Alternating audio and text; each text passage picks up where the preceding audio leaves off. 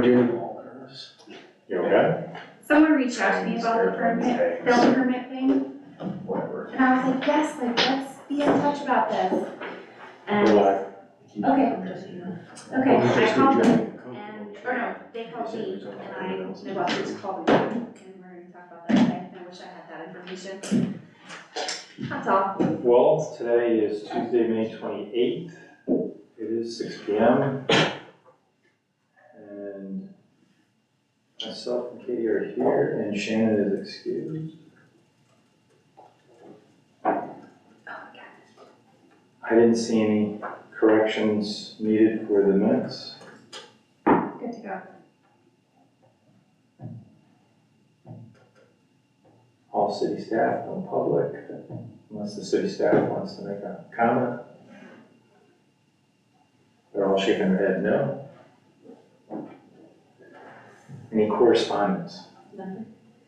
So, someone did reach out to me about film permits, and they didn't like request that I read their letter, but they did want to talk to me about it, and, basically they're in the industry, and they're a location scout for like 25 years. They recommended that, well, I don't know if it was really a recommendation, but they said that the location department crew is generally responsible for all permitting on movies, TV, and commercial production, generally adhered to throughout the business, et cetera, et cetera. So I'm gonna reach out and talk to that person, but they did reach out to me about that, so I'll share their comments at So this according time. to that, the location crew is responsible for getting the permitting. Mhm. I have one correspondence that's dated May 21st. Questions and comments for the city of Olean about filming ordinance being proposed. What does not need a permit? What does not need a permit? News and journalism is protected by the Constitution. So clearly that qualifies, but documentary filming is also journalism and should be protected as well, therefore not require a permit. When filming on private property, is there a minimum budget, personnel or equipment that would require such an egregious expansion of authority over filming in the city? Do 3 people in 1 car worth of gear need a permit because they are making a commercial production? That will not entice anyone to film here and is an overreaching grab at authority. There needs to be an understanding of the minimum crew to require a permit. Crew.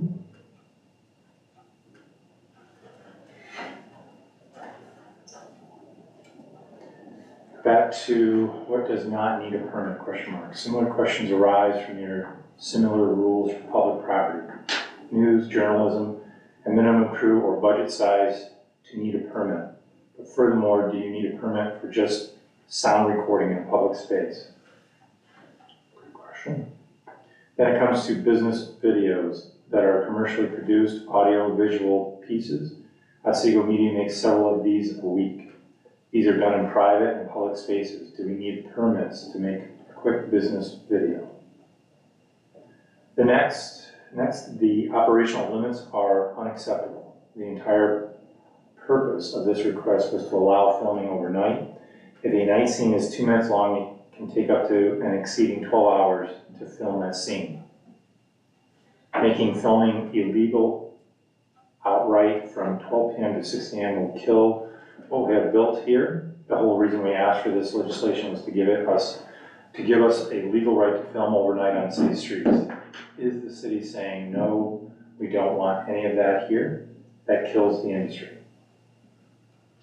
106-4, any fee? Question mark, exclamation mark. Really, any fee? Question mark. $1 million to film a 2-minute commercial is possible under this writing. What is the cap? What is the reasoning? Can there be a blanket fee or a scale per crew and budget size? It is important to know all fees ahead of time, which I guess I would agree with that. Okay, so that takes us right into filming permits. And I'll be honest, Katie, I received this correspondence correspondence back on the 21st, so I did not spend time redoing what we had already kind of went over. Because I think it brings some good questions from somebody that's in the industry. So I thought we'd rather have a conversation than move forward on trying to formalize more of this piece of legislation. Yeah. I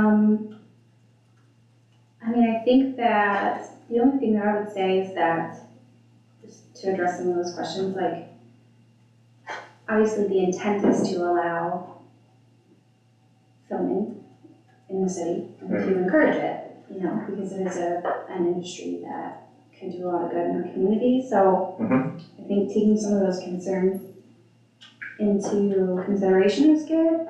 There are obviously other places where needing a permit is a thing, so, you know, maybe we just take a little time and look at other, I mean, I think when we left last time, I was a little hazy on the idea of what is journalism and what is not journalism, and how is it gonna be enforced inside a residential structure and you don't know what's going on. And, you know, so I think we still have a lot of questions. And that just adds more questions. And, you know, the intent is to try to get something together pretty quickly, but, yeah, I think. Could we start at crew size then? What would be a minimum crew size that would kind of kick all of that into gear? So I just pulled up the National Park Service filming permitting process. And it said that if it's a commercial, a permit is needed for commercial filming, which is filming with the intent to make money off of whatever, whether it's still or video, or audio. And it said that no matter the crew size, if it's a commercial intent, you have to have a permit. That's in the national parks, we don't have to do that necessarily, but, I mean, I think it's interesting to consider crew size, but at the same time, you could say it's only gonna be 2 people, and then people come in and go, and how do you determine, is it from the time you start filming to the time you end filming, or, oh, we're only gonna have 2 people on site, but it's really like a 30-person crew. So, I mean, I just think that I feel like if we stick with broadly commercial intent, that makes sense to me. Because theoretically, 2 people could show up on Main Street to have a photo shoot in Muller Plaza, and it could take up the whole space and impede sidewalk traffic and other uses of the plaza. You know, that would be an event happening in the plaza, just like any other thing that would take up the space. So, I don't know that the minimum crew size is a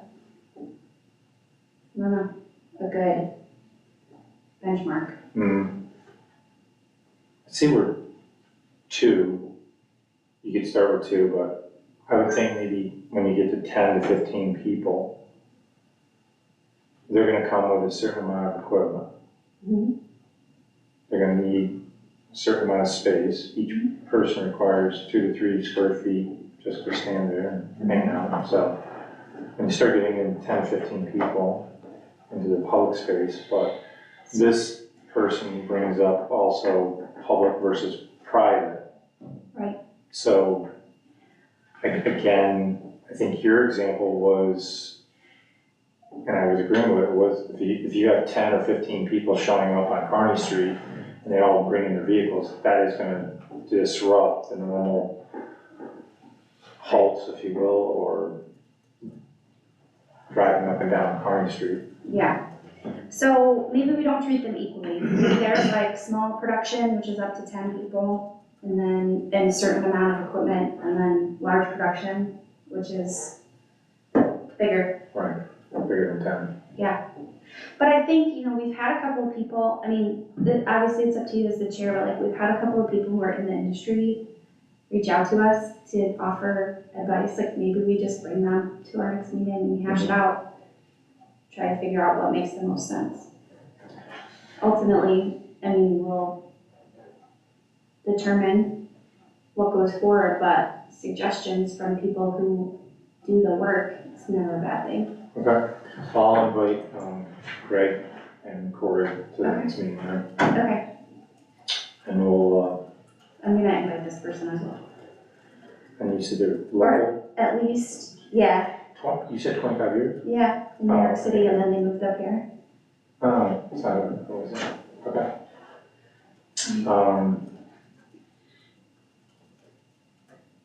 There's one other person I'm thinking of that's been producing films in this area for a while. Yeah. I'll see if I can invite him. I mean, you know, the other thing is, like, we may still wanna require a permit for non-commercial filming if it's at a certain scale. You know, maybe it's not something we charge a fee for, but you still should like check in and let us know like what you're gonna be using and just to make sure that, like if it's in the park, for example, and we have a ton of events going on in the park. Right. Maybe it's not the right time, you know? What would be an example of something like that, that's not for commercial, that you would be using a lot of people for? Well, I don't know, you're not thinking of like a Little League team or some photo shoot for that? no, no, honestly, because Henry had T-ball photos taken, it was literally Jack Cole and like an assistant. But I mean, like, if I Love New York wanted to come and, you know, video around the city, that would be something we would want to know about before we just were doing it. So if there was a permitting requirement in place. But again, for that would be a commercial production, right? I mean, they're gonna sell that. Tourism, I don't think counts, but because it's the state. I think all more reason to be experts in here. I will get those invites out and you and Shannon know what kind of response we get back. And then just let me know who that other person is. I will, yep.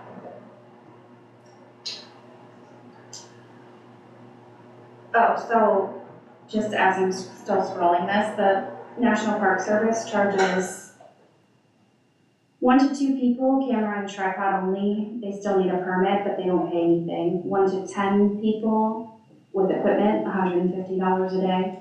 11 to 30 people, $250 a day. 31 to 49 people, $500 a day, and over 50 people, $750 a day.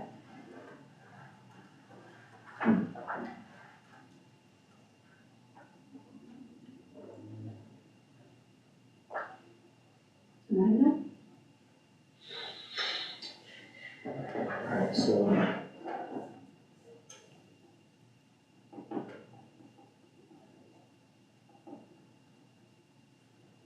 I think we could get away with just like a small production and large production.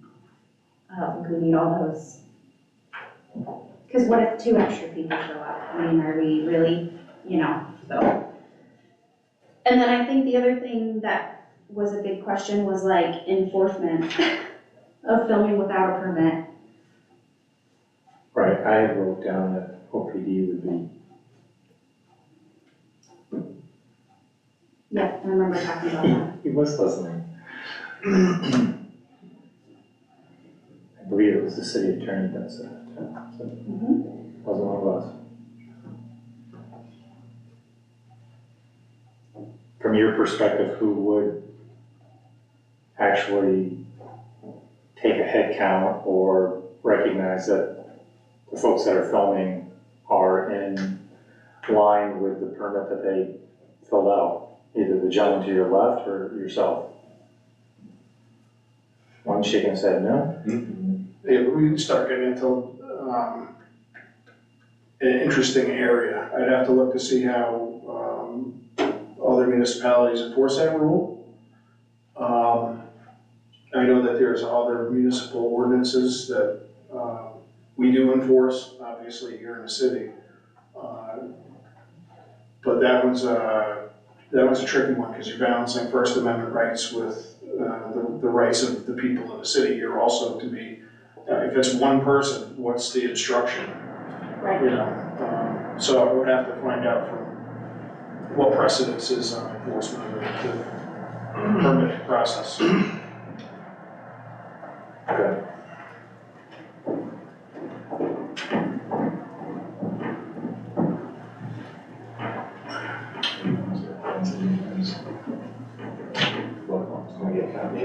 Yeah, what doesn't?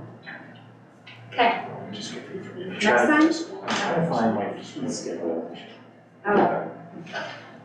Just put it together. I couldn't search it, that's not showing. That's what I was just thinking, so it's Do you Syracuse. have hard copies? Jeez, I- yeah. Had one, and I thought that I had it in this file of stuff that is for this committee. Thank you. We had two, I'm sorry, Don. It's okay. You good? Don, if I find mine, you can have this one. Oh. Just pass this to Don. Thank you. Okay. Ethics, we're done with that. Bye. For now. Just needs to get filed, doesn't mean like, okay. Keep this, keep this.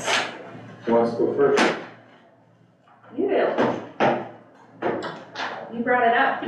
I did. I want to bring up the billiard stuff, and I questioned that, and you wanted to think about it, so. Yeah, well, I mean, do you wanna just go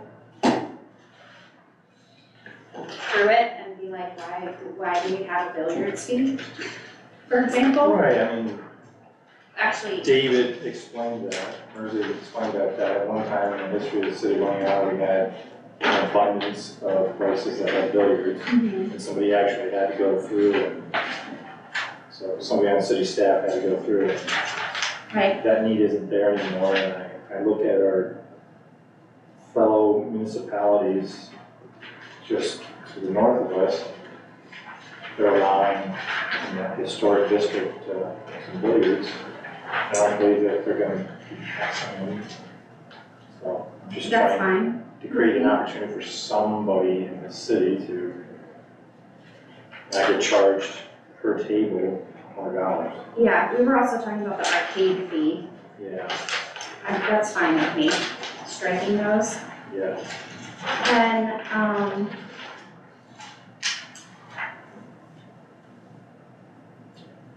some of these things are state, though, Some are right? state and some are set in the city code. Like bingo, Bingo is state law, yeah. Correct. Character readings, that's, city code. yeah. I think we can strike that also. We have to take it out of the code though, right? Any of the code options would require an amendment to the code. Okay. Yeah, that's just a fun thing that people do at like street fairs. What's involved from city staff on the circuses and carnivals? I mean, we have the 6th Ward, one's coming up June 7th, I think Yeah, it is, right? So is there anything involved beyond your office? So we have not yet received an application in the tenure of that for a circus. But I can imagine there would be very minimal. Most of it's gonna fall on code enforcement with a tent or canopy permit. And that's separate from this circus permit. Do they get a tent permit? Okay. Yes.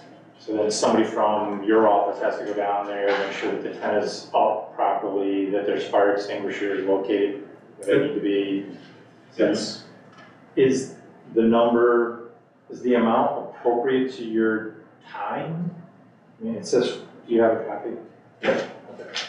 Okay. I don't wanna charge more than we need to. Well, this is separate from that too. Yeah, I mean, so we're just doing the inspection as part of the tent permitting process. So we don't collect that fee, we have nothing to do with this. It's a Circus. circus carnival, we collect it, we don't. Yeah. Right, but your time isn't. So we're charging $45 to do a tent inspection. Well, that's above and beyond what I'm looking at here. How much do you charge, 45? Yeah, for a tent permit. Okay. We have nothing to do with the circus. So we're not even collecting this right now from circuses? Correct. Oh, that? So we charge $45 to basically do a fire inspection, which is what we pretty much charge for any fire Right. inspection. And the safety for me is the more important aspect than just like Correct. the use. I Right, don't know, but I also- presumably they pay the booster club to use that space. Right. And then if their tent is safe, Right. I don't know. But we still have the city clerk has time invested, so you don't. I am vaguely aware of a number of events that might meet this criteria taking place in the area. And we've not received an application for one of them. Yeah, and again, like, do we go out and ticket those people for not getting a circus permit? So- Well, my question is, festivals, they pay, what do they pay? So for example, like Pride Fest is coming up, they pay to close Main Street, They pay for the street closure, okay? How much is that? Sorry, it's probably in here. $150, I believe. Okay, I'm sure it's in here. It is, yeah, $150. They paid us for a banner permit because they have a banner across Main Street. Okay, Portable bandstand use, yeah, there's a payment for that. okay, That's, yeah, I hate to say that's it, it's still a good chunk, but that's it. yeah, and if it's in the park, they pay, They pay a facility fee, they would pay for use of green space, they would pay for any pavilions. I mean, a festival and a circus, for me, are the same in terms of the intensity of their use. The only difference is the fence and the animals. If they have animals. I would maybe say like circus with animals. A fee? Isn't that the definition of a circus though? No, there are circuses that don't have animals. Really? Yes, because of the rampant animal abuse in the industry. So for me, I'd rather encourage people to do this rather than trying to feed them out of it. Well, So that's if not I- happening because they're not paying it anyway. Yeah, so are you good with removing that? Sure. Again, like, it seems like a similar kind of use to a festival, so if they're paying for the actual services that they're using Mm-hmm. from the city versus just what they exist as, like a carnival versus a festival, then that makes more sense to me. So if they're gonna put up a tent and they pay a tent fee, cool, you know? If they're gonna hang a banner and they pay a banner fee, that makes sense. Carry the amusement center license, is that like a Vets Club? That's the full Yeah. tabs, right? No, that's separate, That's another that's one? games of chance through the state controller's office. What page is that?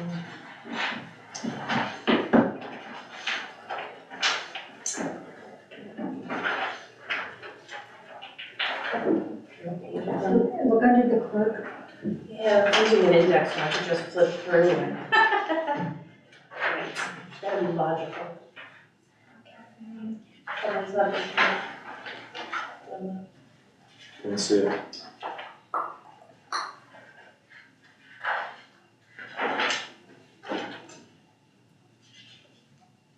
Wait, what are you looking for again? Games of chance. They're pull tabs. Like the Elks Club and the Vets Club, we have them. So bingo, any raffles, any pull tabs are all games of chance under the state controller's office. So amusement center license, that's not. It's separate, that's not it. That would be, in theory, jukeboxes would be covered For amusement for center? amusement centers. That's And so, has your office been actively, okay. So, where do you get the games of chance? Is that under the bingo fee? That's a state law. Oh, so we don't have to have it in here? Well, that's, I don't see it in here. What page? I don't find bingo.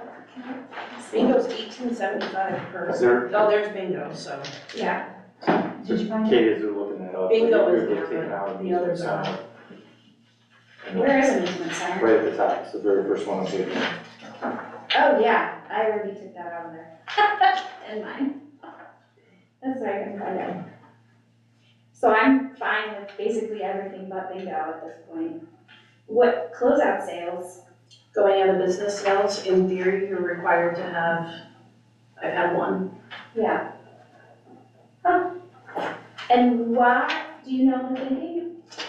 We'll see if it's written, if it would intent. Is that a state or is that a city? No, that's a city. That's, It's probably the same reason that there's like a thing about being able to sell popcorn and confectionaries, but not, But not other goods. yeah. Yeah, okay, Just because it's been on the books forever? I mean, it's been in the code probably since 1947 and just never taken out. yeah, same with, what was it, no recreational No, activities no on Sunday. recreational events before noon on Sundays, I mean, there's all kinds of stuff in there. Katie, are you good with closeout sales removal? yeah. Distribution, advertising matter. Does that mean like the Jehovah's Witnesses who's, well, we don't charge them, right, because They're in a public space. That's someone who is standing on a corner, hey, take this to my restaurant, kind of deal. Handbills and advertising goods. does anybody do that anymore? I haven't seen one. I haven't seen anybody do that either. Okay. Goodbye. Dog licensing, very important, super Ag and critical. markets, that's a state. Yeah, that's fine. The unspayed, unneutered situation, is the fee set by Ag and Markets? So there's a base fee and then there's a local fee that we can charge. And I think local fee, we have $1 per spade and $3 if they're unspayed, Okay, on top of what the state requires. So okay. It just seems I low. have to ask, you were just talking about like the distribution of handbills and Yeah. solicitation. People have done that in the past and with that on the books. And we've had people go through parking lots and just paper everybody's cars with, like Chinese restaurants, for instance. Yeah, And it creates a bit of a mess if people just take them off and throw them on the ground. So just, one of those words of caution, like if we open that up, then we've got no recourse. right. So the recourse would be, hey, you didn't get a permit to do this? Correct. Okay, gotcha. So it'd be like soliciting without a permit. Yeah, Would then they be charged for the DPS time? Well, I mean, they could be charged for soliciting without a permit. Right, and that provides a bit of a deterrent, even if we have the capacity to be able to warn them and not necessarily issue them a ticket. Right. We can still cite that section, right, and educate somebody on the fact that that's not something that we necessarily want here. So, I mean, you're the legislative committee, so I just wanna give you some idea that, people, if there is no deterrence, will often take advantage of that. So if we have people running a sale on whatever, and they just print out a bunch of handbills and go papering them on vehicles, we have no recourse. okay. Could I just add to that? One of the goals of having the permitting and licensing process, as we all know, is to eliminate chaos. It's to have control over the activities that are going on, and then the city clerk is able to be informed as far, even if a circus comes into town and there's no permit, again, they've got a leverage, but also the clerk's office can know what activities are going on, which maybe could be advertised on our website and things like that. So it's a mechanism for different avenues. And the other thing is we'll have people do door-to-door sales. Oftentimes this time of year, we'll have college students that are working for different corporations, Yes, and they come in and they start knocking on doors, and if we have no controls, can't do anything about it. yeah, I think I would rather put like some sort of, I don't know if this is a thing, but some sort of like solicitation. You have a permit for that, Okay, separate. separate, cool. That's good. So Chris, are you looking at that two different ways? Meaning, Well, the handbills could be considered a solicitation also. They're advertising a business and they're handing them out, right? If we don't have anything on the books, then we have no recourse. But we have the solicitation thing, right? So theoretically, somebody who wants to put menus on cars should have a solicitation permit. Or how does the code read for that? Does it not include that? I'm sorry, I don't have that.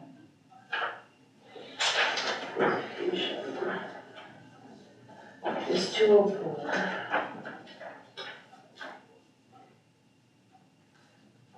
Doesn't apply to anybody that has an established place of business within the city.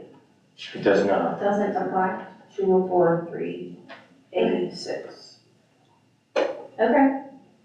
But is there a way to remove the fee that we're not charging? I mean, people just aren't applying, they're not telling us, but still require. Well, I think that would fall I under know. distribution of advertising matter, and not necessarily Yeah, the solicitation. 154, Right. yeah. That's why I see 154 and 204 is different.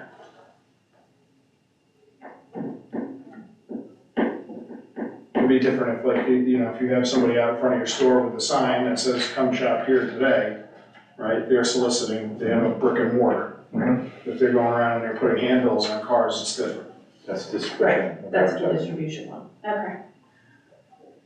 Alright, well, I actually would leave that one on the books and after those, Chris, so. Just so that he has a mechanism to, Sounds good. I'm not married to any of these.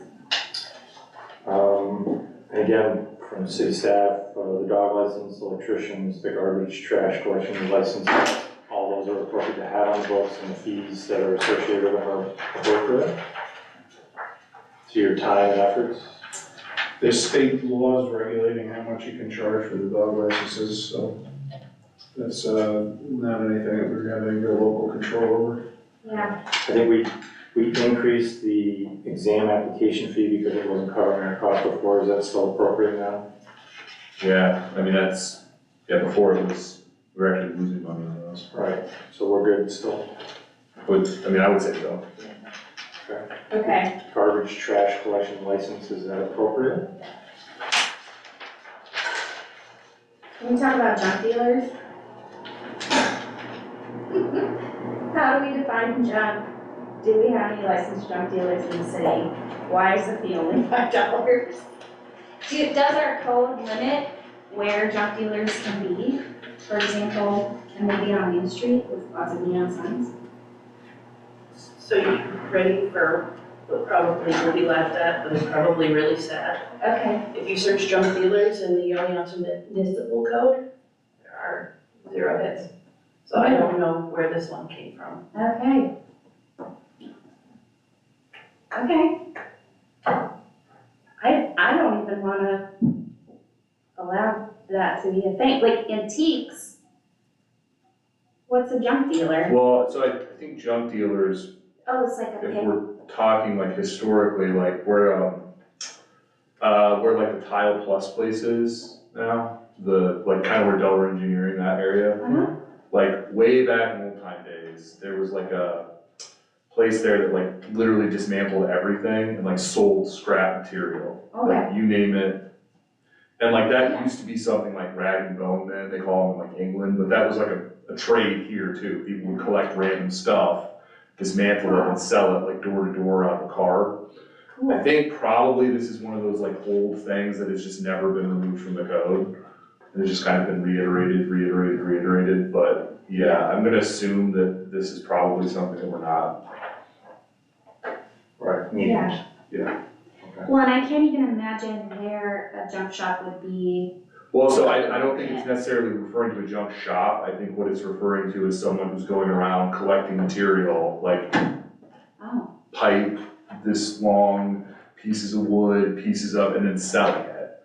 okay. That's what Not those businesses necessarily out used of to brick do. and mortar. No, not like a pawn shop, like literally a guy just drives around and picks stuff up and sells it to you out of his truck kind of thing. Okay, Cause that's historically what junk dealers did. okay. I was thinking of like a scrap yard, Or that, which again would be just like a not, pile of junk. But that would be a commercial property and he would be Yep. inspecting. That'd be a zoning, but that would be a whole Right. different thing. So yeah, this is like, historically, people like drove around doing this or traveled around it. okay, Mobile junk dealers. Yeah. Okay. okay. I feel like it's safe to say people don't do that anymore, although we could keep an eye on the economy. I don't know. Oh, yeah. Can you do your best impression, Chris? Okay, So we're gonna move it. sure, or jack the fee out to like $1,000 to see if anybody applies. So license renewal and restoration, Those are for expired trades licenses, I think. Okay, and the numbers are appropriate. I mean, you usually chase them around. Group effort, but yeah. just picturing that. Okay. Pawnbrokers, so I guess we're kind of back to what we were just talking about with junk dealers. So that's more of a brick and mortar operation. Yeah. I can't think, we did have that one place that was like a coin, like where Toscana is, do you guys remember that? And it was like coins, they would like buy your coins in Christopher's coins, that was an silver. actual, like gold and silver Yeah, coins. they would buy it though, right? It wasn't like a pawn situation. No. Yeah. One's different, they'll hold it for a period of time and you can buy it back basically by paying interest. Right, okay, After a certain period of time, they hold the option to be able to sell whatever you gave them for whatever money they gave you. Right? yeah, But again, that was a brick and mortar, and so I like Steve's Brick and example of mobile, because if it's brick and mortar, he's coming at you at a commercial inspection annually, right? Yeah. Yeah, so. are there any pawnbrokers in the city? Not that I know of. Not that I'm aware of. And so Chris, you don't need that on the books, so if you. I think it would be good to have a pawnbroker on the books. Yeah. Just because that would give us an idea of what people are doing, and if we found that they're pawning people's goods, then we have some recourse. Yeah, if somebody came in and wanted to do that, that's not like an unreasonable, thing, so. Yeah, can we talk about peddlers? What's happening here? Per axle? Trucks, So vehicles that they use in their trade, so like food vendors, Schwann, Schwann's, yeah. Okay, the ice cream truck? Ice cream truck cases. Wow, they do? Okay. And this is, solicitors, okay, so this is like the people who go door to door and sell textbooks in the summer, they pay $500? So they do not, they are under a not-for-profit company, Okay, gotcha. so they don't pay. There's an exemption in place for not-for-profits and local organizations. Oh, Like your run-of-the-mill vacuum salesman, that's, I mean, every summer we're chasing them around. Yeah. We end up with complaints that somebody's going door to door, they've gotta get a permit, carry them off and put out, these are approved people or whatever, they're supposed to have photo ID. Photo ID, vehicle description, plate numbers. When someone says, hey, this random, woman in a pink car, we know about that. cool, yeah, perfect. And, some are pretty shady, we've had some scammers coming into town and trying to blacktop people's driveways and That happened to a friend of mine. they're not supposed to be here without a permit, right? So we wanna know who those people are, and that's how we know. If they haven't applied for the permit, we'll call the clerk's office and say, hey, so-and-so have a permit, nope, and we can send them on their way, and Cool, next is gonna be an arrest or a ticket. excellent. Okay, So then, the plumbers, same question, is the fees appropriate to the amount of time and effort that you guys have put? Yes. There, you good? Service station, again. is that a gas I guess that's- station? You have to do an inspection. Yeah, so we typically do those with the fire department, so that's, Is that number okay? yeah, I mean, 50 seems low, if it's the code and the fire department have to go? well, so what we do is we have a fire department person who works in the code office, so they're performing the inspection. Oh, okay, at a value, nice. Okay, Tax cab licenses. This is appropriate. Yeah. What do you?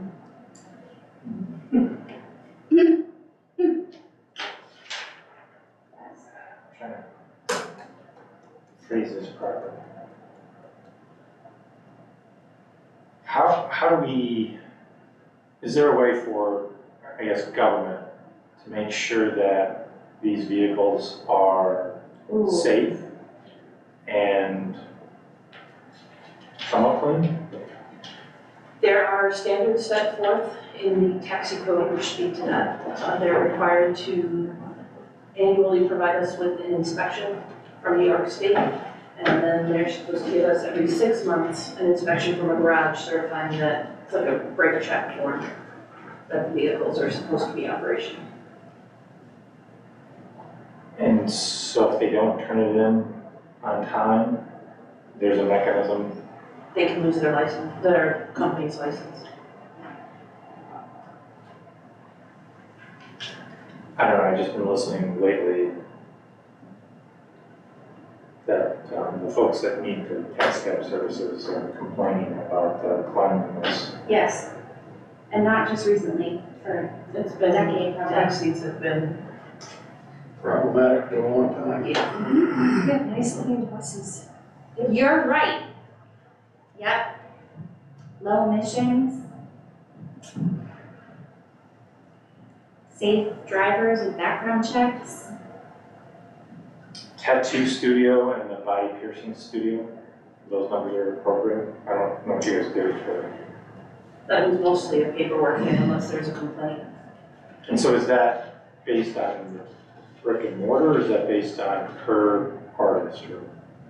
So each business has its own license, and on that license, there's a primary license holder who's required to list any employee or subcontractor that they have working under them. Each one is supposed to provide us with proof of insurance, both general liability and workers' compensation, proof that they've had the appropriate vaccinations, and we do a local background check. Cool. Nice. Transient merchants, does that fall under what Chris was just talking about with the traveling vacuum salesman? I've never issued one of those, to be perfectly honest. I Is that- suspect that instead of having people just soliciting or trying, they're actually selling goods. And although we haven't seen transient merchants come through. Are you thinking like frozen meat or fish? Is that what That'd you be think? solicitor. What'd you say? I think that would be bad, I think that would go back to the solicitor that's per axle, per, Well, that's a good Yeah, that could question be though. redundant. yeah, that's what I'm wondering, it's kind of. a Solicitor's redundancy. license, oh, it says annual licensing, unless otherwise, because the transient merchants is a month. So transient Each year. is any place of business that is rented or leased for a period of 6 months or less. Oh, like a pop-up? Oh, like a costume, Ooh. store. Yeah, Yeah, that's one way to look at it, or like pop-up shops or pop-up restaurants. Dude, that makes me wanna get rid of that one, because I would love to see some pop-ups in our empty spaces. Or make it lower. What do you think you would have involved in that? If it's brick and mortar, you would be doing an inspection. Yeah, I mean, so like for me, I don't really care if they're there for a month or 6 years, like we're doing the same inspections every time a business. So the pop-up business opens, they pay $45, we do fire inspection and we issue them a permit. So 45 is all we charge for your time to come in and do a commercial inspection, and it's not based on square footage of the building? Carrie, how much time do you have to put in? for something like this would be minimal. I was just looking at what they have to provide us information-wise. I mean, there's about 8 items: name and address, corporation information, location, names and addresses of the officers, nature of the business, proof of compliance with state and county sales tax regs, location where the retail business is to be conducted, and date or dates on which they intend to conduct business. The code specifically references a transient retail business within the city of Oneonta. Yeah. So it'll be somebody that will be running a temporary retail business within a brick and mortar. Does not apply to door-to-door solicitations, which would be the other one. Right. Could we add insurance to that list, certificate of insurance? Okay.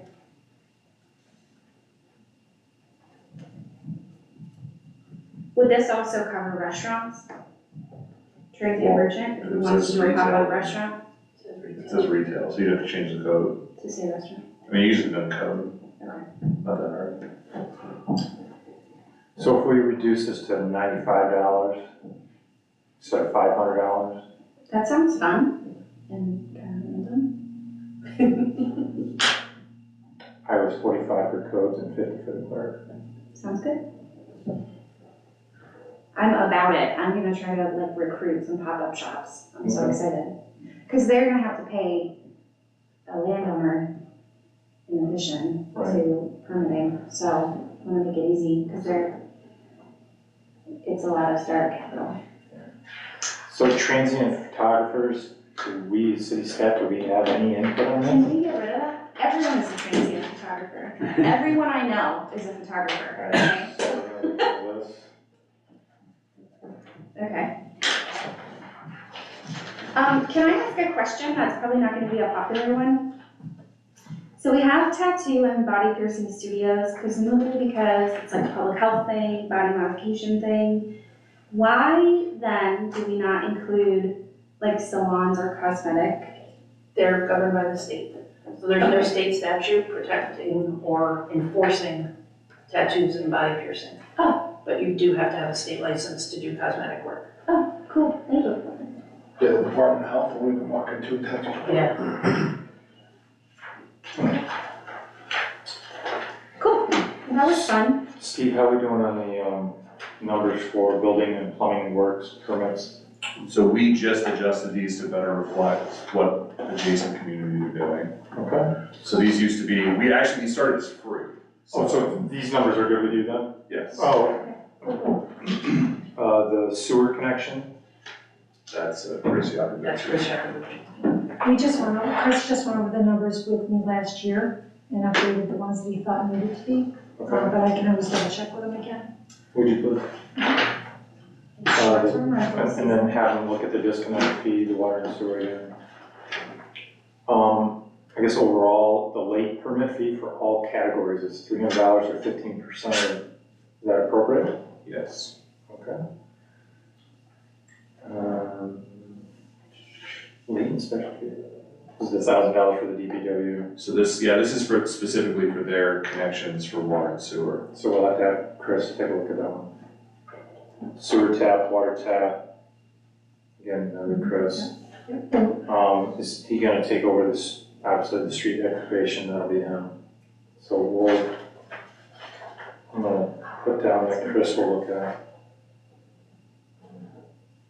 And we just recently raised a number of them.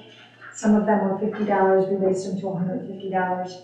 But I'll go over it with them and I'll email you. Thank you. Playground site fee, new subdivision per lot. I don't know what that means. So, That's removed. I mean, I don't know. That's in my wheelhouse. You're gonna be looking at that, if we put in a brand new subdivision, you're gonna be looking at a lot of different things. Yeah, I don't know like what that would even, I don't know what that means for. I'd like to see some new subdivisions in the city of Wayne.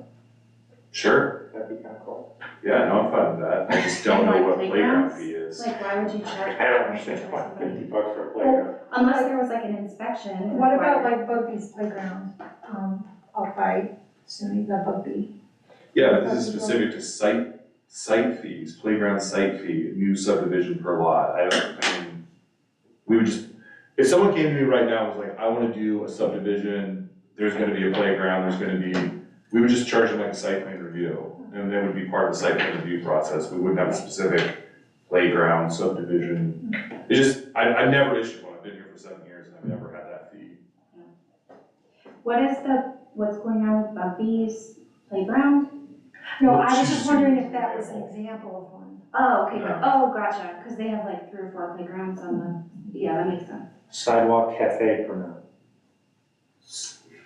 So low is like just popping tables out front, right? And then high is like, Music, okay, And square Greener. footage of the square play. footage, yeah, more Yeah. stuff.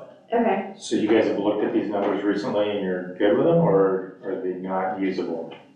I mean, Are we discouraging people by these? yeah, so like I think if COVID taught us anything, like we wanna encourage sidewalk cafes. Yeah, I think generally speaking, we wanna encourage sidewalk cafes. I think the zoning ordinance exists to deal with things like noise and light pollution. right, So I don't understand, So we would want them to get a permit so that you would know about it, but we don't want to charge for it.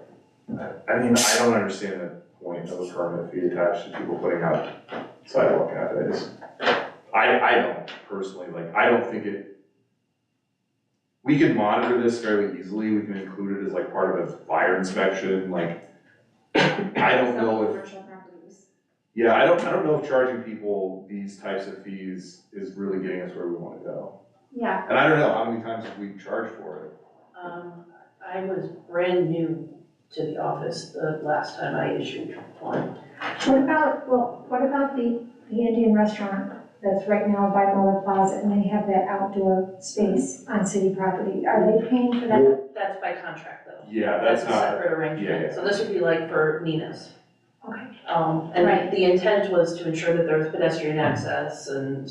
which I think we space can movement do out, but we can do it without, and we have been doing it without. without this, this. yeah. So you guys would be good if we removed this?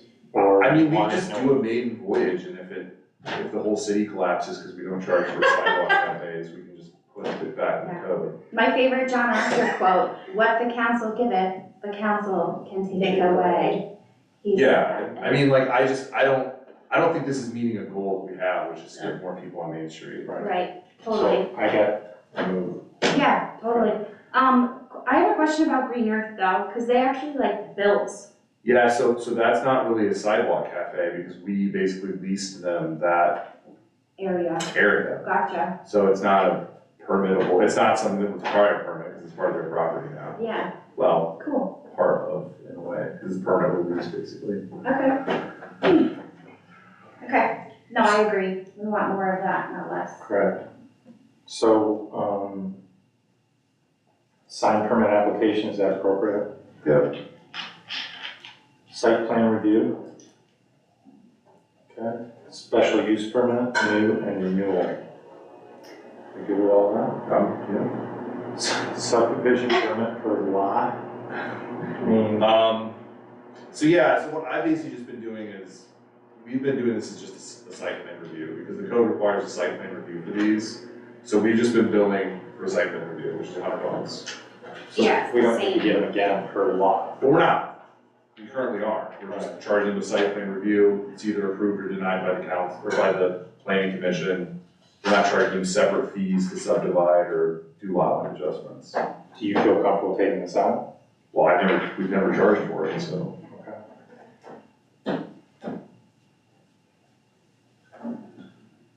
How's our short-term rental? Is that okay? Just taking them every day. It's fine. It's a great fee. High demand. It's the season, Yeah, I mean, we charge more than other municipalities, but we've had a ton of demand for those permits, so it makes sense if the market wants to pay, and wants to pay. No need to raise it, or? No, I mean, this fee right now represents kind of what we spend on doing the background check, making sure the notices get sent to the neighbors, doing the inspections, like, that's what that fee is for, is all the work that goes into making sure those permits are good. That they have all the right insurances, paperwork. So yeah, I think that represents what it costs us to do it. Do you guys in your office ever kind of flush out the idea if you want a percentage of what they gross? Is The that, fee has to connect with the service we provide.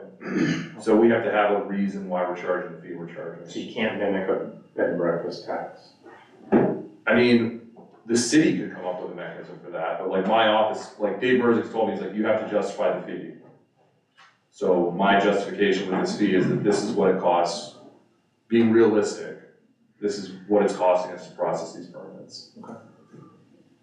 Cause yeah, I pitched that to Dave Merzig already. Zoning variance application? So just raised it. We're getting to you, Brian. Trying not to run over on my meetings, but the airport. Airport manager? I'm happy with where they are, we're consistently full. Okay. We have people seeking us out because of our fees, and for now, I'm comfortable. cool. Should we increase the marriage license?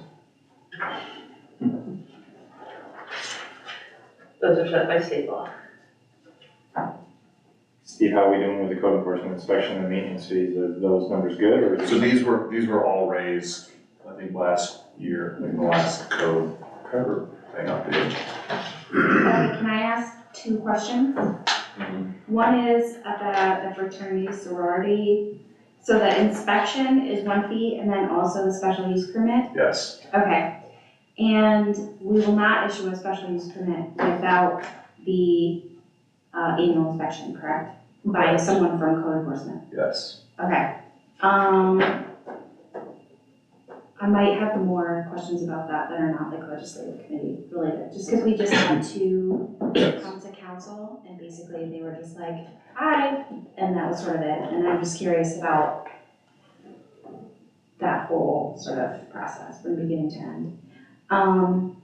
And also there were 2 that I can think of that did not, as far as I know, submit an application, so they're out of compliance currently, So what they received starting was Friday. an administrative fee letter, and they will be out of compliance if they reoccupy the building. Okay. Thank you. Oh, the other question is, just from my meeting, with you guys a little while back, is the idea to not issue certificates of compliance to buildings that don't meet the exterior maintenance code? Okay. So we're gonna have like a lot of out of compliance, or very quickly in compliance buildings soon. Yeah, I mean, so like that's, again, like 51% of the city is rental property. Mm-hmm. So with 3 people doing inspections, it takes a long time to cycle through Okay, right, all those properties. I mean, it's just part of kind of the Wile E. Coyote Roadrunner. right. So yeah, I mean, we have a lot of properties that come in and out of compliance, we have a lot of properties that have violations, it's just Okay. the river of stuff. Okay. Yeah, just I'll like walk through my ward, you know, houses that I know are rentals, and I'm like, that's not gonna pass, you know, so it'll just be interesting to see those changes, you know, they'll obviously be for the better, so that's great. Yes. Steve, I'm on page 7, and at the very top, it says vacant property registration. Yep. Heard the city of Oneonta Code, chapter 93. We talked about that actually in this very committee last year. Had a question about So it. why is there not numbers there? It's a $500 initial registration fee, and then it escalates to $2,500. So it goes up $500 a year, tops out at $2,500, which is what we could kind of justify for the constant attention most of the properties require.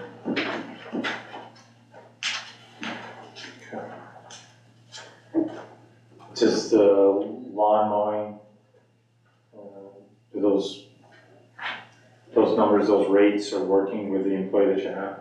Yep. All right, Jenny, you're up. Tax penalties, 1% per month. We're reimbursed at the end of the year by the county. We collect the 1% per month on all tax bills until April 30th. As of May 1st, it gets turned over to the county, then the county collects those. They make us whole on the amount of taxes that we return to them. But it's the, it is the principal amount that they make us whole on, not the penalty amount. They keep the penalties, They right? keep the penalties as of May 1st. Is there anything that you suggest to do this differently? No, I think the system is good the way it is, and I think that this encourages them. One thing that really entices people to pay by April 30th is because when it gets turned over to the county, the penalties are much higher. So this really gives them from January 1st until April 30th to be able to pay their taxes without huge penalties. It's like a grace period. Yeah, but, and they know from experience, and it's usually the same people over and over again that get sent up to the county. They know once they get up to the county, not only do they pay the city fees, but then the county puts 5 or 7% on top of their enforcement. So it really does encourage them to pay us by April 30th. So I think the current structure that we have is, it's fair and it incentivizes them to pay by April 30th. That's why historically we only send between, I want to say 170 and 180, 90 accounts to the county. Have you ever thought of incentivizing people to pay early? No, because by warrant, I'm not allowed to collect before. They can pay in December, because the warrant is usually adopted by the first council in December. Mhm. But we legally cannot give a discount if they pay early, Earlier than December. earlier than December, correct? But we, We have no warrant to authorize any tax collection for the next coming year. right, but we send the bills out in January though, right? The end of December, yes.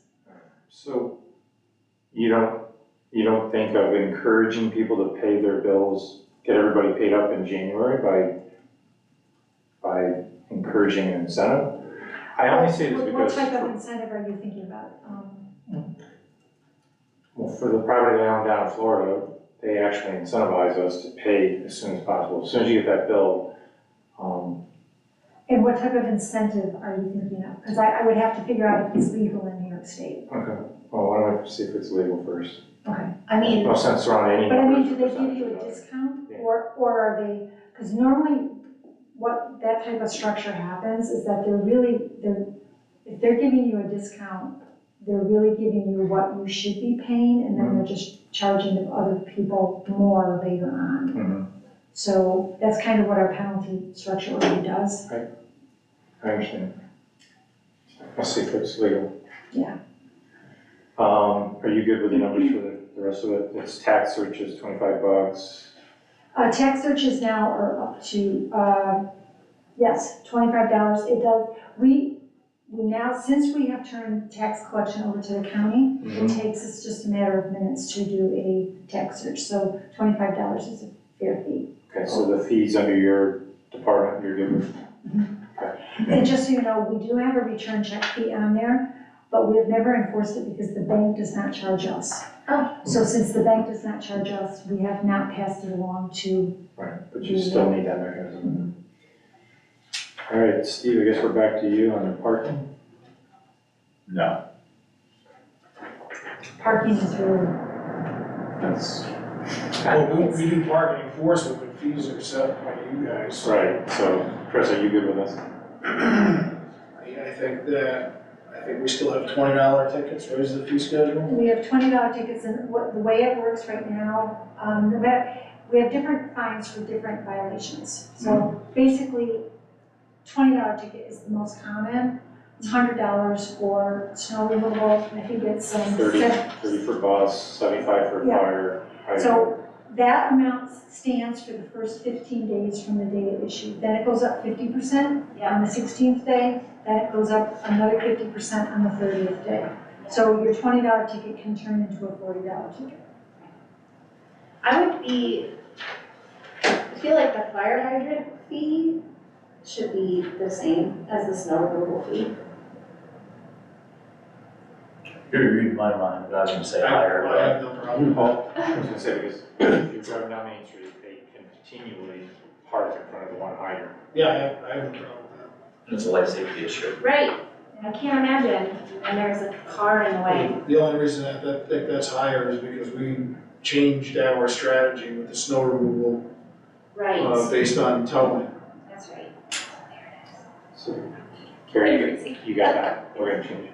Okay. So the electric EV charging, 250, An hour. is that like, what is that based on?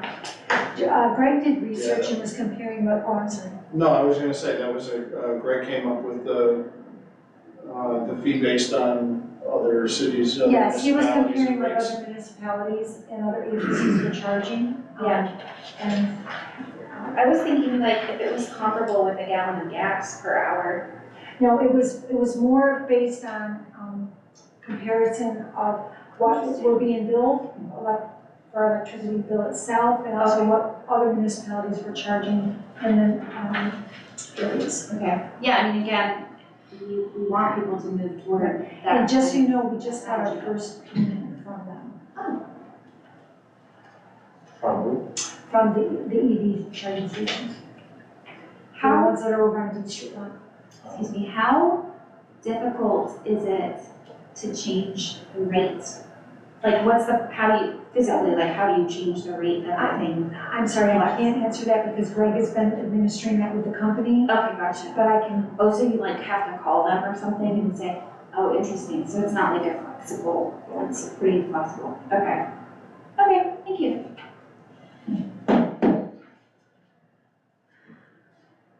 Impound the vehicle, towing cost is $50. Does that really take care of your administrative fees, Chris? That's entirely administrative, for snow removal. We, under some limited circumstances, may still tow a vehicle, in which case they would have to be responsible for paying a $50 administrative fee plus the tow. That does not happen very often, and we no longer have any place to store the vehicles.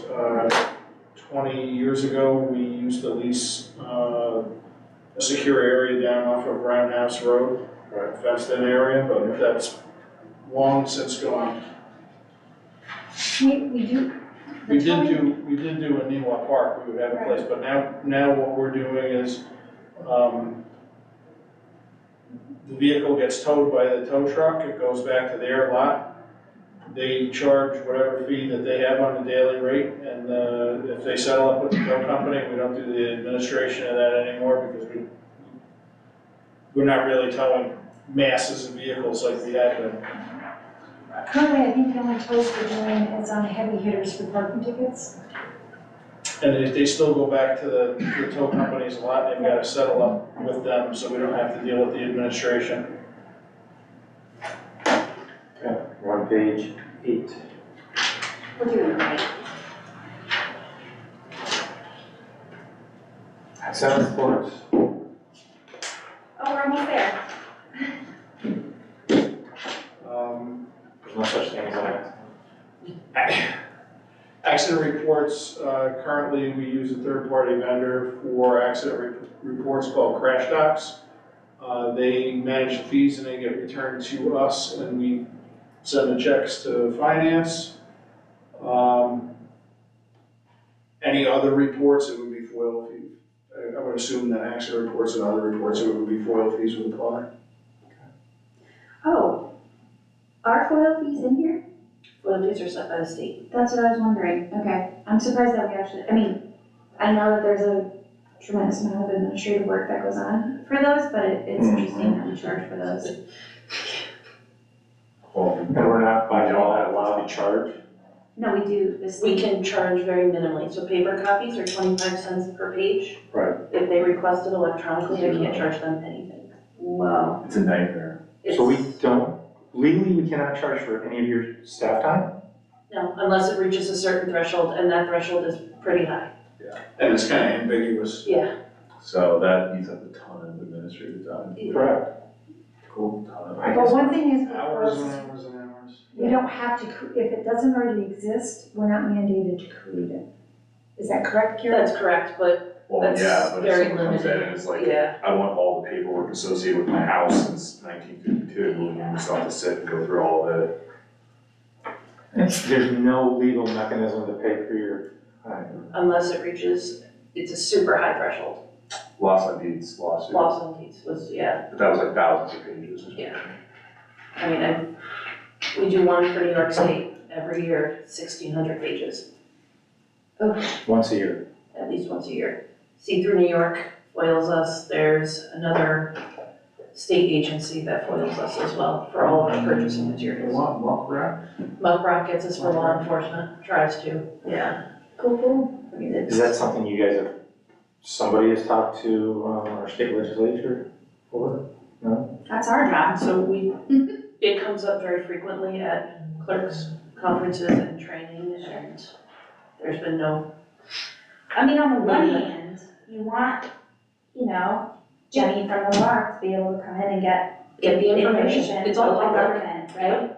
But on the other hand, like, The amount of time and, yeah, Well, and some of it's just pointless. right, Some of it is literally just people eating up time. eating up time. Right, and then that's where the problems come in, because people recognize that it's gonna eat up time, so they'll just ask for Yeah, outrageous things. and organizations that like mine the data, like that shouldn't be covered under FOIL, but Start Here a we are. conversation.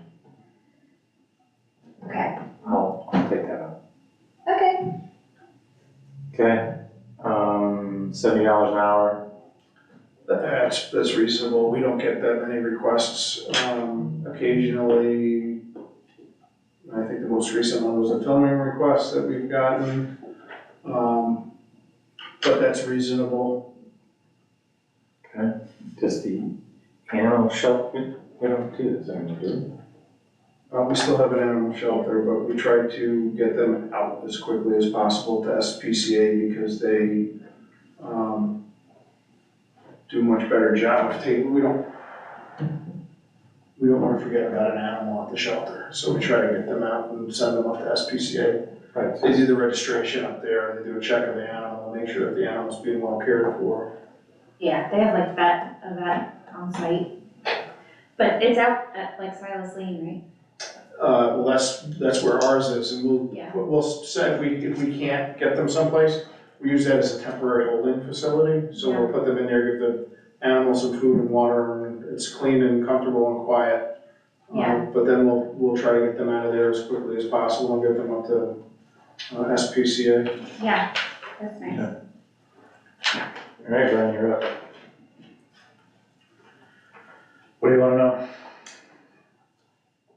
I'm sorry, before we move on, so we approved these proposed 2024 in red in the copy that I have, right? Okay, just checking. So it's $10 for the incoming fee and then $60 for boarding fee.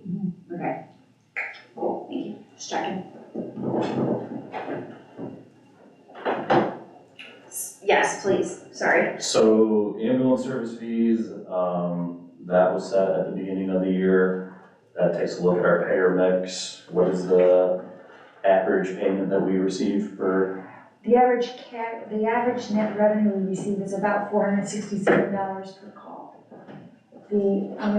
What we do on an annual basis around budget time, we'll get a hold of, Multimed. They will give us the low and high averages of, similar municipalities. We look at the rates and see if they need to be adjusted, which we just did for this January. So we'll look at it again at the end of the year and see if we need to modify anything. So these fees that are in red, they were your suggestions. So I'm assuming that those are all pretty. I don't know what you have in red. Yeah, Oh. I was gonna say, mine's not Oh, good. right, mine is old, huh? Okay. Sorry. It's okay, mine says BLS at the top and it's $1,400. Yeah, and then lift assistance, $100, we added that this year. Okay, cool. Yeah, mine must be the proposed fee schedule from last year. But so in my red column, I have a lot of question marks under EMS and EMS standby, fire equipment standby, emergency management and special needs. And those were the ones that we really wanted to dive into because we are not uniformly imposing those fees. And that's not Fair. fair is a good word, yeah. So, can we set them at a place where we can uniformly impose them? Or can we come up with some criteria for who we charge and who we don't, so that it's objective and not just like, we don't feel like charging this particular organization. Yeah. So the school district is a good example. Yeah. Right, but I think before we go down that path, I think it needs to be announced in public what the city of Leona taxpayers spend just on an ambulance. What's the going rate for an ambulance nowadays, before we put any equipment in it? The cost of a brand new Yeah, ambulance? what's the going rate now? The one that was just delivered was $326,000, and if we were to order the same today, it would be roughly $400,000. That's my point. So 400,000, now we probably have 200,000 worth of equipment? A little less, but So it's like $500,000 Easily. each, and we need to replace them how often? Every 10 is the goal? It should be less than that, but Every 10, okay. So about $50,000 a year in depreciation, right, over 10 years. We need to be socking away for a new, well, it's going up because it'll be more expensive in 10 years. we do have an anonymous donor that provides $55,000 a year Get out of towards the town. purchase of new ambulances. Used to be more. That's incredible, though, that's incredible.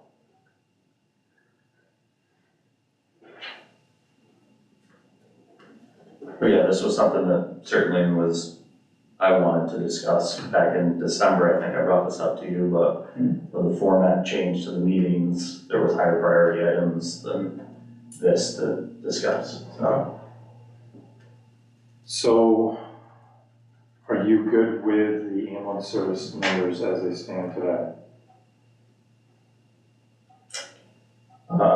To be honest, I would have to have access to the multi-med information and be able to study that information to see if we're comparable to other jurisdictions that are similar size. Right. From the information that I received from Multi-Med in December, I am good with the numbers. Yeah, I remember that you put a lot of thought into that back then.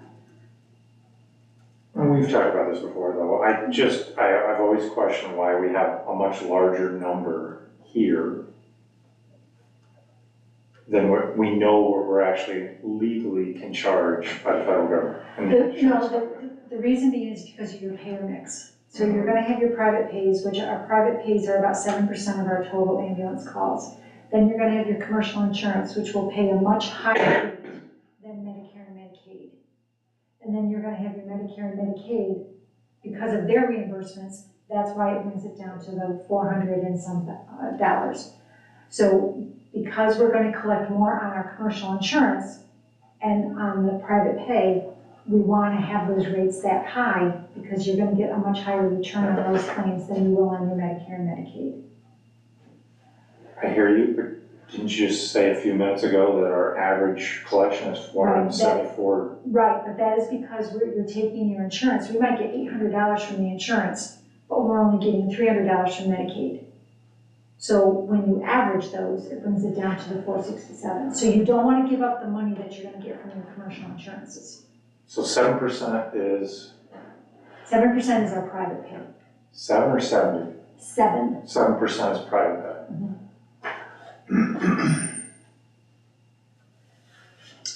Can I ask a question about the mileage? Is that per mile? Per loaded mile. Right, like once the patient is in. That's good.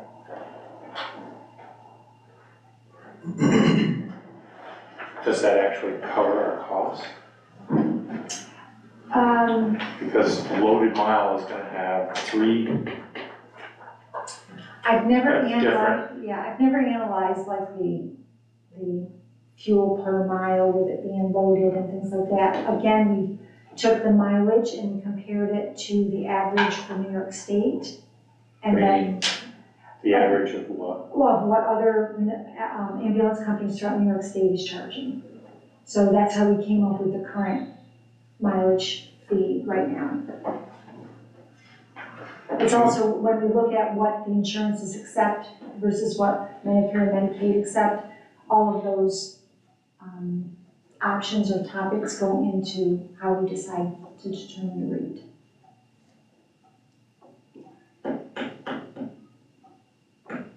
And what I can do is I can get a report from Multi-Med that will give us a mixture of our payers, and I can give you that report to show you how much we're collecting from the different type of payers.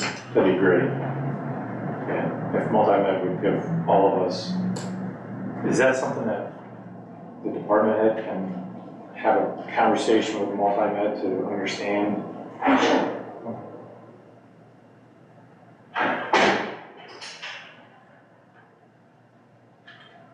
The $50 an hour for one firefighter with an AED and basic equipment.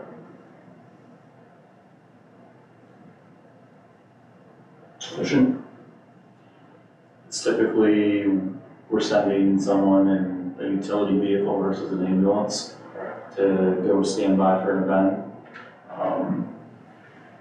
Trying to think, the Hardwick Equestrian used to do it all the time down Iotego there. We would send a person down just to stand by for that.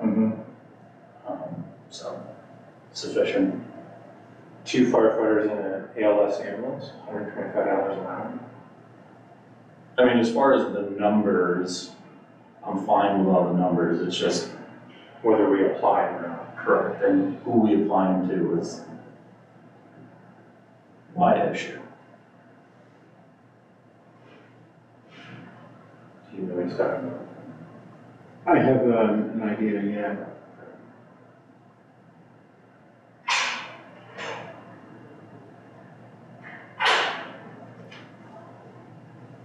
So you're good with the rest of the numbers? Mm-hmm.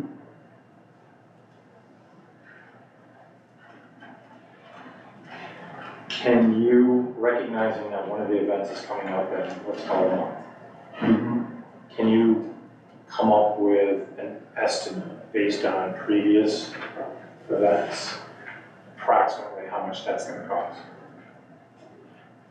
I believe I did it in December, but a majority of that event is going to be hit with EMS and EMS standby, fire equipment standby, and then emergency management and specialty needs.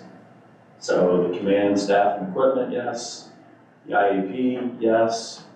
We don't typically need an additional meeting. Fireworks permit, she handles. Safety zone setup, yep.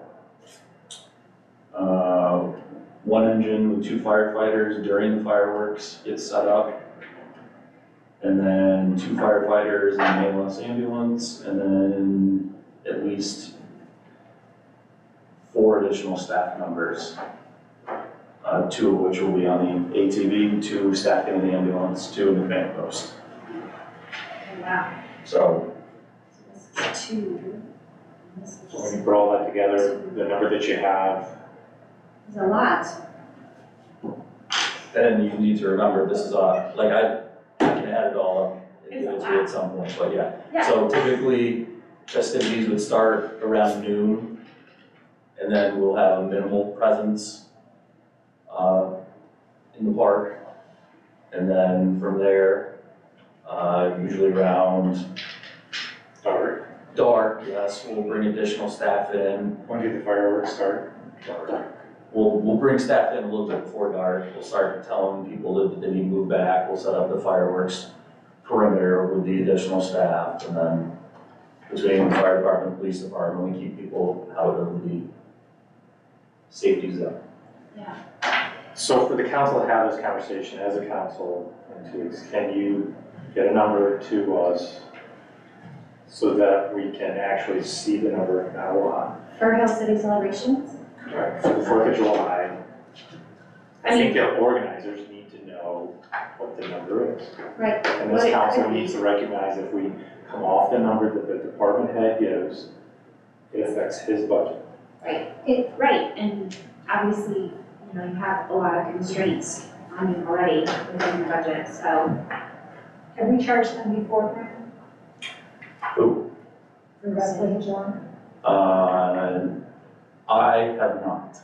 The previous administration has. And have you charged? Right, and So it's also gonna keep be in quite a mind, shock to them. and also keep in mind that they asked this council for us to give them $7,000. I mean, just for our side, it's close to $10,000 in overtime for the day.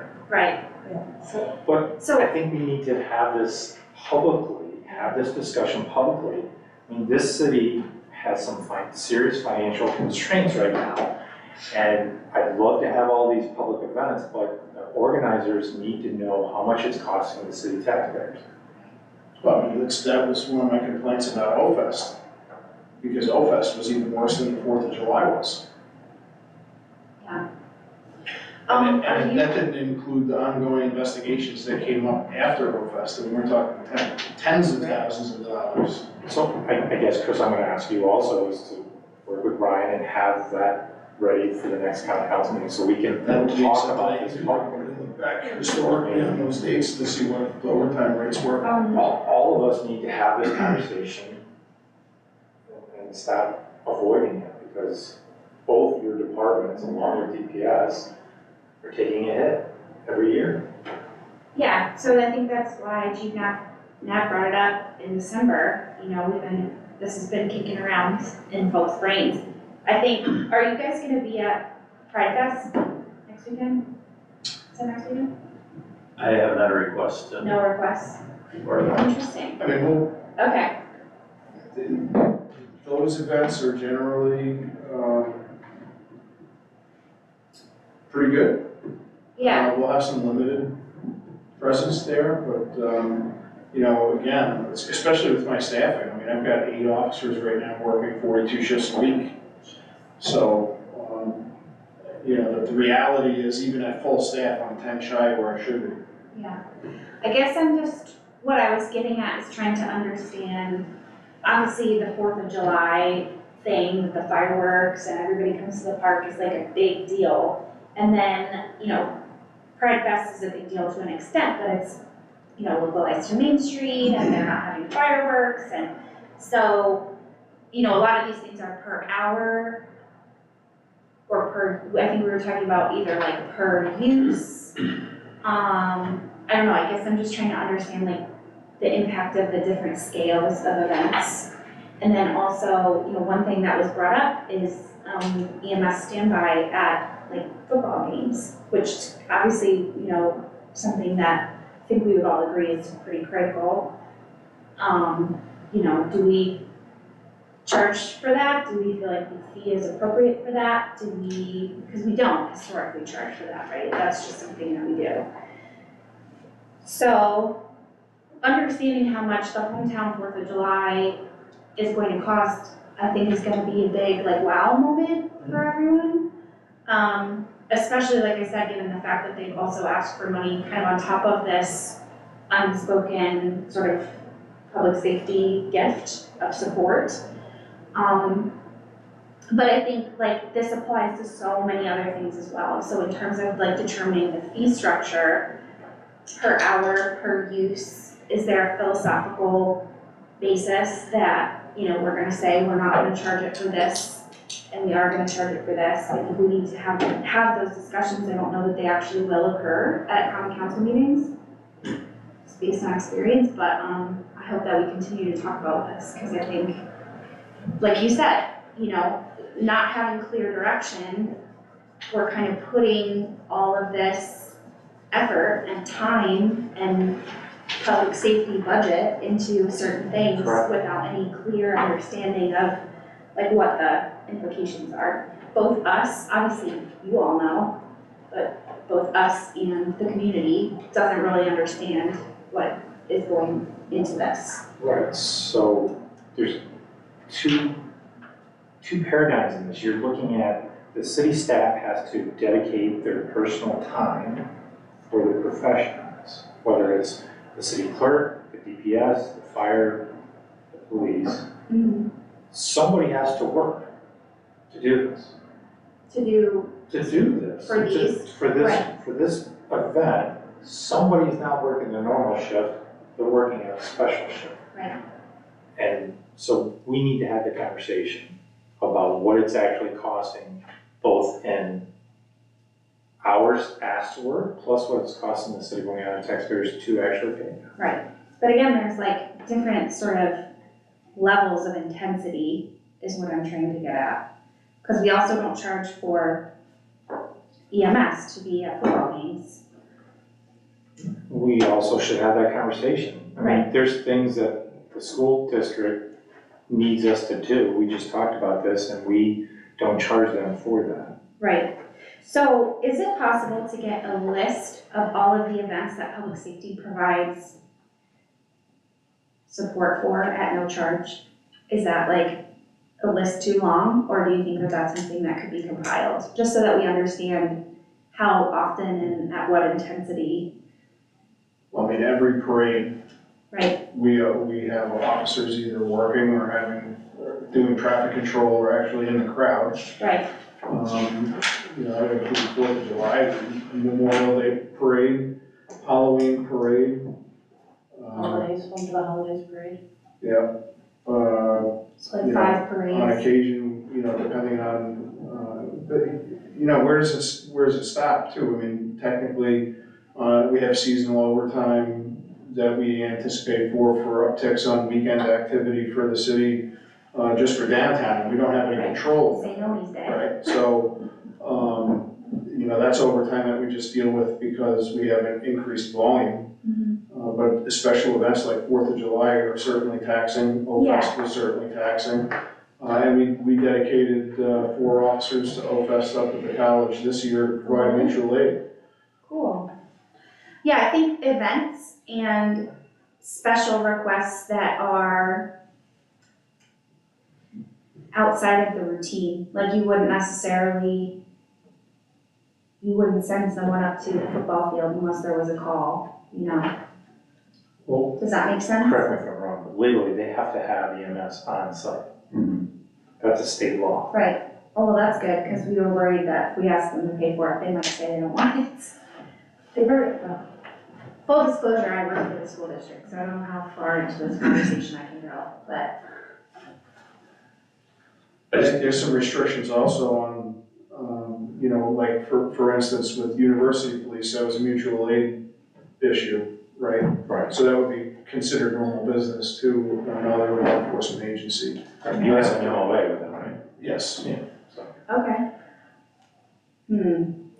Well, I but guess how And they would we define reciprocate, it? I mean, they, you know, now they, more than they have in the past, they also provide us with services too. I've noticed that, better collaboration. That's Much good. better. Yeah. Right.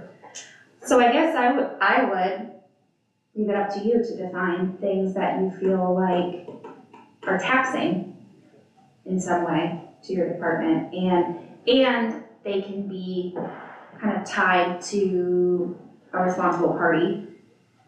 You know what I mean?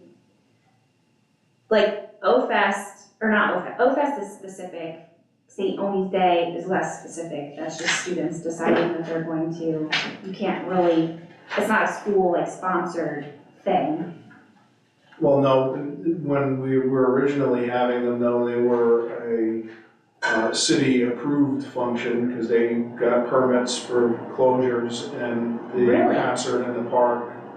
Oh, So- OFest, you mean? OFest. Yeah, I'm talking about St. Omi's Day though. Oh, Which is yeah, like there's when no- there's increased traffic, but it's not like a centralized organizer, it's just like students do that. So there isn't anyone that could be billed, you know?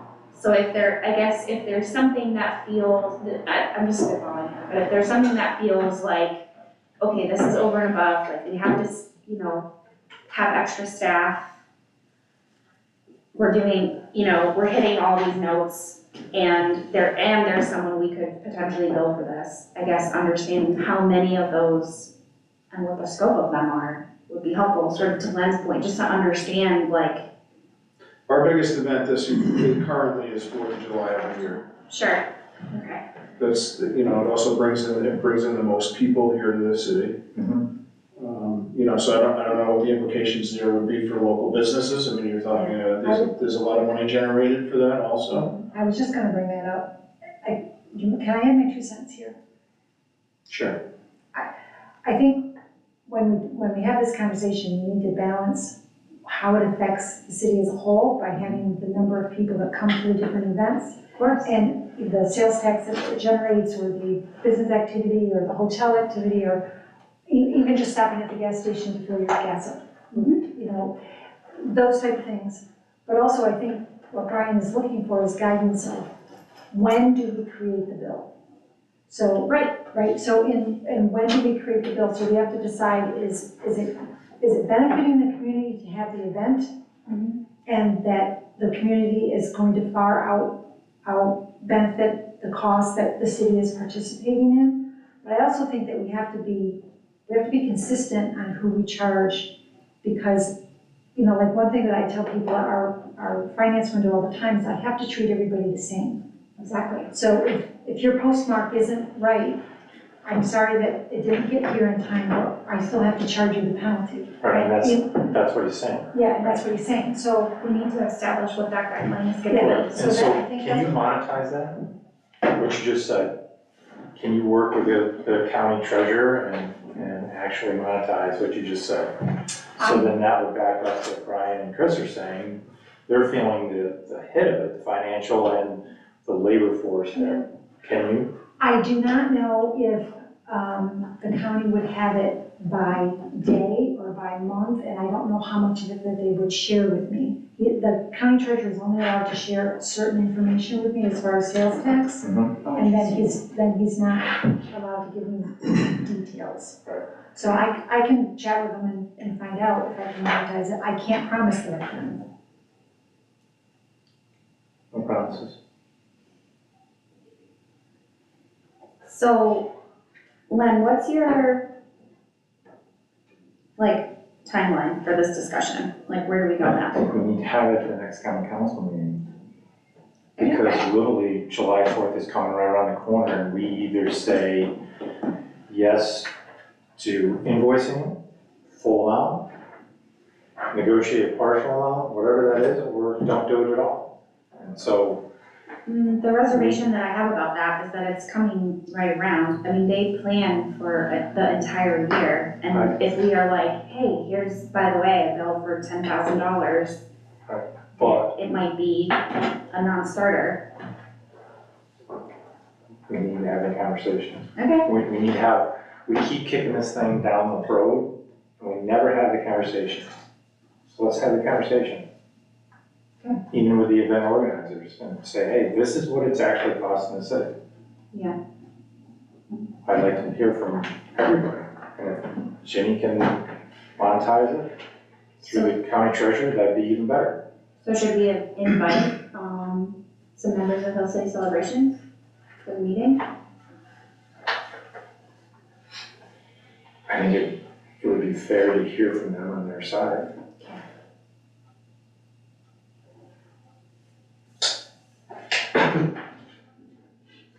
Would you handle that? Who would appropriately do that? I can notify them, I mean, that's fine. the intent to have the discussion and, yeah. Thank you. Okay. I would just want this to stay in your mind. I think the balancing act also needs to be like, we as departments want to be out in the community, it's just, there's not necessarily the funding for that. So fire prevention for the fire department is typically in the month of October and we go into schools. And at the beginning of the school year, we go up to Suco and do training for the incoming RAs. Oh, cool.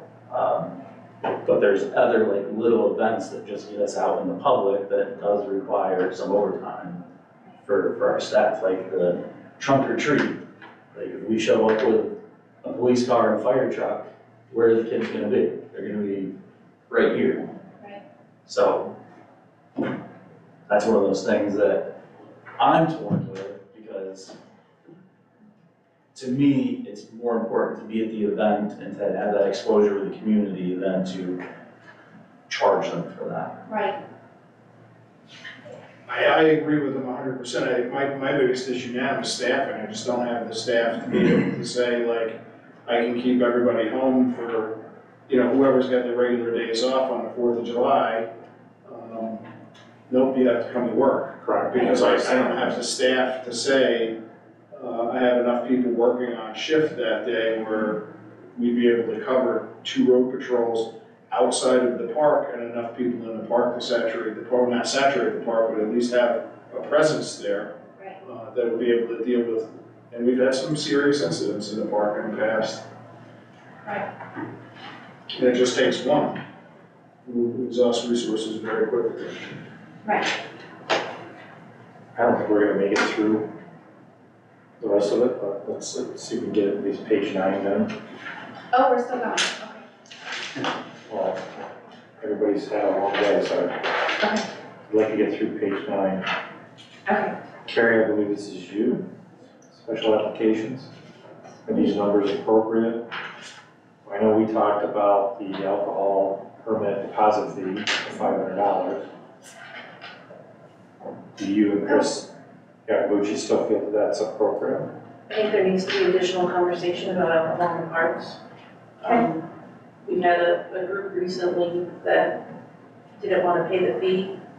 Well, A, they lied on their application, disclosed it as a different event than it was, indicated there would be no alcohol, and that was definitely not the case, and caused some issues for law enforcement. So we kept the deposit. They didn't pay a deposit because they weren't going to have alcohol, They filed a different permit. Right.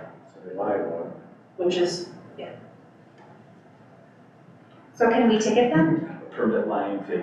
Yes. I mean, technically, that's falsification of business Business records, it's a record. felony. I Nice. wasn't aware that they falsified the. It was a 50th birthday party. And they Was said they were anybody not going, in the party? and they said they weren't gonna have alcohol. They didn't file for an alcohol permit, so, yeah. And it was prior to the date, which is posted at our table, that no alcohol permits will be issued. Right. So, Which is probably, well, we had a conversation, they knew. yeah. So do you have any suggestions? Not fan favorite ones, but, Oh, I love them. yeah. Let's hear it. I think it's a discussion that we need to have. About no alcohol? No alcohol in the parks. I mentioned it prior, I hate to punish an entire group of people, but I think other than trying to come up with people were like a selective processing, I think, We already put these limitations in place, it's like I Stephen mean, was people saying, aren't allowed to smoke in the parks. and they do it all the Who time. manage to. Right. So it's a difficult one, and yeah, they do all the time. But if there's a sign, it's easier to point to and say, hey, did you see that? You know, so if it's not allowed and there's a sign, it's easier to get the community involved in upholding the standards. I don't know what the right answer is. I think it's a hard one. I know that, I can It's fight for easier it for and us to against it. deal with a prohibition on something than it is to deal with selective enforcement. Sure. And the reality is I just don't have the staff. I'll go back to right now, we're lower in staffing now than we have ever been before in my tenure in the police department. And I have 8 uniformed police officers and 4 sergeants that are working 42 shifts a week. We have to have at least 2 officers per shift. There's 21 slots, if you look at a day, that I have to cover with 1 officer. In order to have a functioning police department, I have to have 2 of them to be able to do multi-unit responses. So if we're to say no to the alcohol, how does that get treated? No to alcohol in the public parks, how does that get treated for the tenant of our baseball park? We have a lease agreement with them, so some of the permitting rules, because there is a contract in place, are separate. So it could be set in their contract that they're permitted to operate. okay, I mean, I'm not a lawyer, but that would be my initial thought. It would be treated like a licensed establishment. Yeah, I was So gonna any say, like- alcohol consumed outside of the geographical bounds of the ball field would be considered an open container like a pipe. I just wanna make sure that we're legally able to say no alcohol in the parks and not hurt this tenant. Yeah, well, and they sell it, so they're, they have a license through New York State to, Yeah. I understand, but we're not talking about some private party or private land, we're talking about public land that this legislative body is making a decision on. I don't wanna hurt the tenant.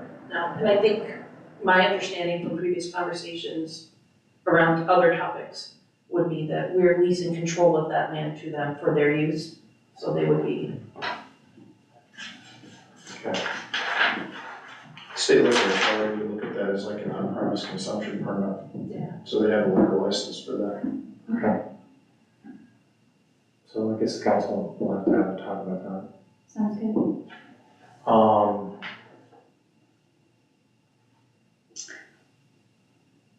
Did we go past benches? We actually have a bench policy that was adopted by your council. Yeah, isn't there a fee?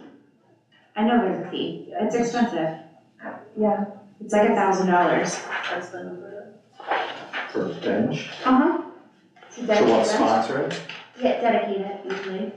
Yeah. The reason why I'm asking is because, Parks and Rec was just talking about sponsoring bleachers at some of our facilities, like, anyway, we were looking it up and I remember seeing that, so. I want to look into that. So who oversees, the armory? Chris. Chris does? But the rental, What type of activities are you limited to rent? What type of activities are you limited to rent the space? I honestly, I must have missed this all this time. So you're telling me that I could rent for $375 a month, the first floor? Area 1 on the first floor. Just area 1, which is like a room. It's just one room. It's one room? Yeah. It's 420 square feet? Yeah. And do we limit the activity that could be there? There is a policy, and I can't remember, it's almost 2 pages long of what is and is not permitted on property. Yeah, and I want to say most of them are recreational. We have So it's dance like studios that use it. Yeah, dances, yoga, indoor soccer, basketball, Basketball, volleyball. you know, it's, The alumni association did, They reserve the space. the gathering one time. So there are parameters what you can and cannot do for this. yes, I don't have the policy in front of me. And one of these is the Oleana Teen Center, right? That's the basement. Oh, so it's not even, They're separate by contract. okay, cool. Yeah, and we provide the space and we actually hire for you to run the youth center for us. Cool.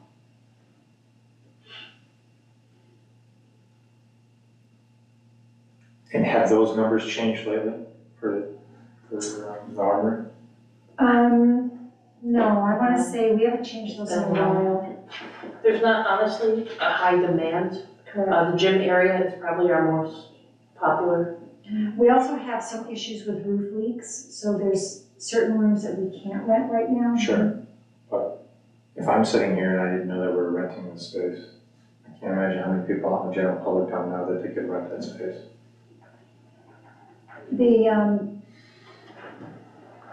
So if somebody wanted to rent the second floor and they wanted to have well, I guess, again, it's within the parameters of what you can and cannot use it for. Let's just call it a small business. How do we know, are they responsible, is that tenant gonna be responsible for the activity on the first floor? No, usually what happened, I'm gonna go back to when the dance studio rented a lot of the rooms, and we actually had a separate contract for them. Okay. And it was a set price per month, and the contract, it was like a lease agreement, and it gave all the parameters of what they were doing. That was a long time tenant, I think they were there probably 2 or 3 years. And used space on the first and second floor, and it worked out really well. But then when she left, the activity since then has been very small, outside of the indoor soccer Soccer and and volleyball and those are basketball. big. We had a dance studio come in and they couldn't make it work in the area, in the space. Yeah, and that was very limited. It was, she One room. tried it for maybe like a month and a half and it didn't work. Do we ever kind of like market this information out? We haven't recently, I want to say, and if Chris was here, he could explain, just because of all of the leaks right now, even in the gym, we're having issues with, the roof has got to get replaced. And then I guess just ask Chris if the numbers on the community garden are appropriate.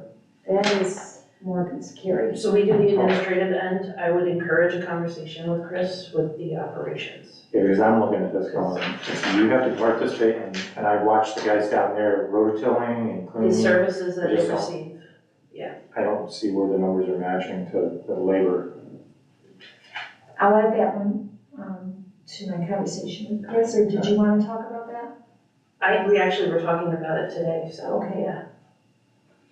And there's a line for those, when it's the day to get reserve the spot, people are lined up on the ramp. Well, I would too for a number. Okay. Highest bid, Pardon me? highest bid. Yeah, I'll watch it. All right, so I'm gonna circle page 10 and we will pick up this conversation. Thank everybody for staying late. Yeah, and thank you for coming later. Henry got his first strike in jujitsu today at like 5:30, so I wouldn't have been able to come, because I would definitely go to that instead. So, I